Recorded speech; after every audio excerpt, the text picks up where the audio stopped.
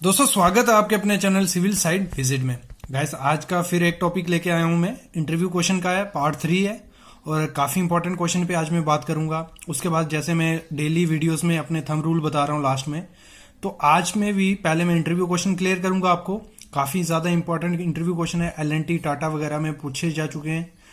और मेरे को ये क्वेश्चन आ रहा है कि ये सर आपको क्वेश्चन मिलते क्या हैं, क्योंकि हमारी जो कंसल्टेंसी से लिंक है या हमारा इंस्टीट्यूट भी है, तो उधर से हमें क्वेश्चंस मिल जाते हैं कि कहाँ कहाँ क्या क्वेश्चन पूछे गए हैं। तो और काफी मेरे फ्रेंड्स भी है इसमें जिनके इंटरव्यूज हो चुके हैं, तो उनसे जो बातचीत में निकलता है वही क्वेश्चन मैं आपको बताता हूं। तो स्टार्ट करता हूं मैं। सबसे पहले क्वेश्चन है कि what is the minimum weight of fine aggregate for sieve analysis as per ASTM C136। ये क्वेश्चन पूछा गया है एल&टी में। तो इसका आंसर क्या होना चाहिए? सबसे पहले कि क्वेश्चन है क्या। देखो, जो सीव एनालिसिस टेस्ट होता है उसमें जो फाइन एग्रीगेट बचता है, मतलब तो उसका मिनिमम वेट कितना होना चाहिए। अगर वो मिनिमम वेट इससे कम हो गया तो वो कैंसिल है। तो सबसे पहले ASTM है क्या, जिन लोगों को नहीं पता है तो मैं बता दूं। ASTM मतलब है American society for testing and material, मतलब जो टेस्ट करती है मटेरियल का, या जो भी जैसे हमारा IS इंडियन स्टैंडर्ड कोड वगैरह बनती है ना, वैसे ही एक सोसाइटी है जो इस चीजों मटेरियल का टेस्टिंग करती है और इनका रिकॉर्ड रखती है।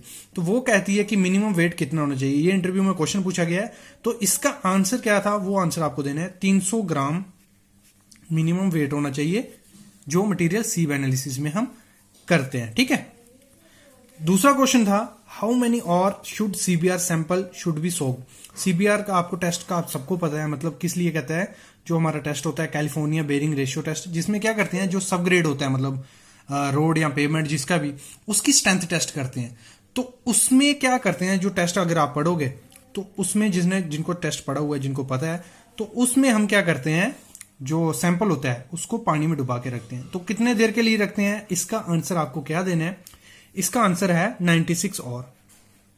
जो टेस्ट सैंपल सोक्ड किया जाता है वो 96 और किया जाता है, जहां 4 दिन के लिए हम सैंपल को पानी में डुबा के सोक करके रखते हैं। ये हो गया।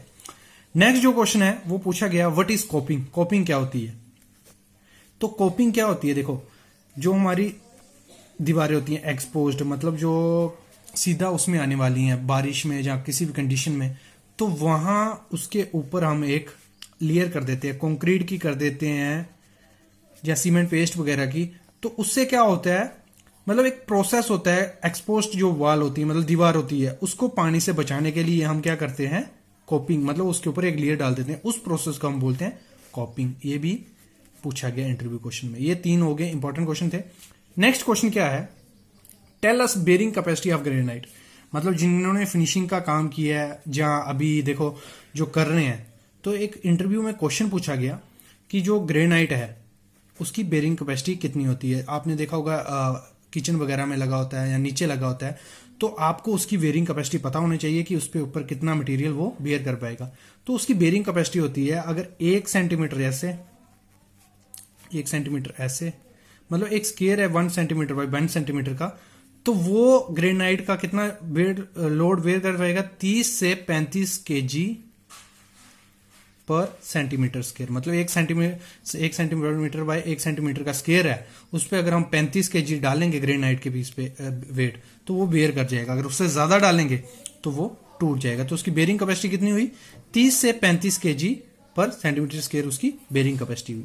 ये हो गया अगला क्वेश्चन।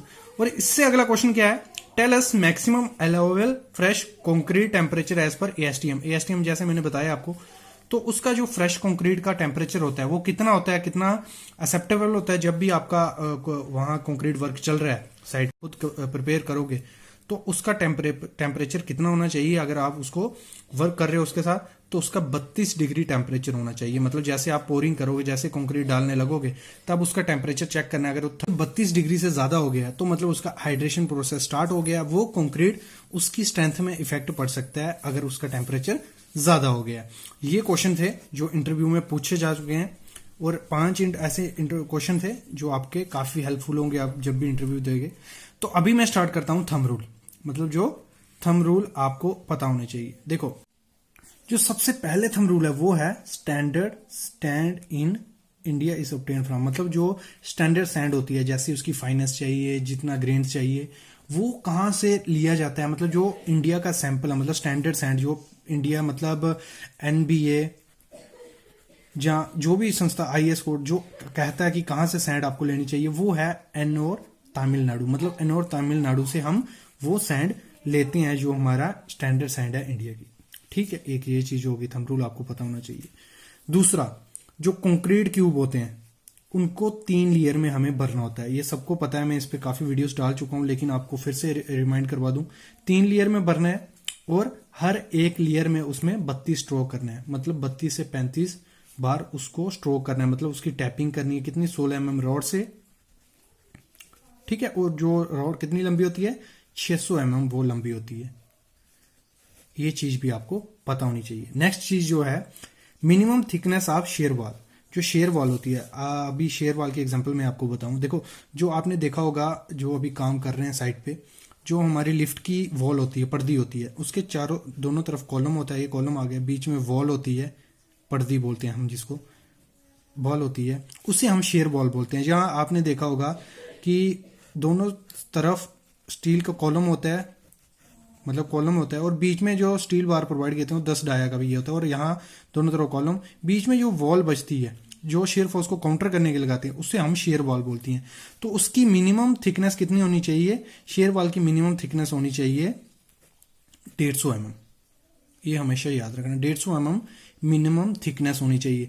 और उसकी मैक्सिमम थिकनेस कितनी लेके चलते हैं हम, 350 से 400 mm मैक्सिमम थिकनेस होनी चाहिए, उससे ज्यादा उसकी थिकनेस नहीं होनी चाहिए। अगर आपने देखा होगा, अगर जिनको शेयर वॉल नहीं समझ आया, ये बिल्डिंग है, जो ये वाली वॉल होती है ना, ये यहाँ पे कोने पे, ये यहाँ पे एक कंक्रीट की पर्दी या वॉल बोलो वो प्रोवाइड किए होते हैं, तो इसे हम शेयर वाली बोलते हैं। नेक्स्ट जो क्वेश्चन है, universal testing machine used for compression test of concrete and tensile test of steel. मतलब एक UTM मशीन होती है जो, वो किसके लिए यूज की जाती है, ये इंटरव्यू में पूछा गया है, ये वाला क्वेश्चन भी मैं थंब रूल में लिया, लेकिन ये एक्चुअल क्वेश्चन है। वो ली जाती है जो हमारा कंप्रेशन टेस्ट होता है और टेंसाइल टेस्ट, मतलब कंप्रेशन टेस्ट लगा लो कंक्रीट का, क्यूब टेस्ट कर रहे हैं हम जिसमें, तो वो हो गया कंप्रेशन टेस्ट। और टेंसाइल टेस्ट हो गया, मतलब स्टील बार है उसको हम खींच रहे हैं, मतलब उसकी इलांगेशन चेक कर रहे हैं, टेंसाइल चेक कर रहे हैं। तो वो कौन सी मशीन हम यूज करते हैं, UTM मशीन यूज करते हैं, जिससे हम दोनों टेस्ट कर सकते हैं, यूनिवर्सल टेस्टिंग मशीन। ये हो गया एक। नेक्स्ट है minimum percentage of steel in column.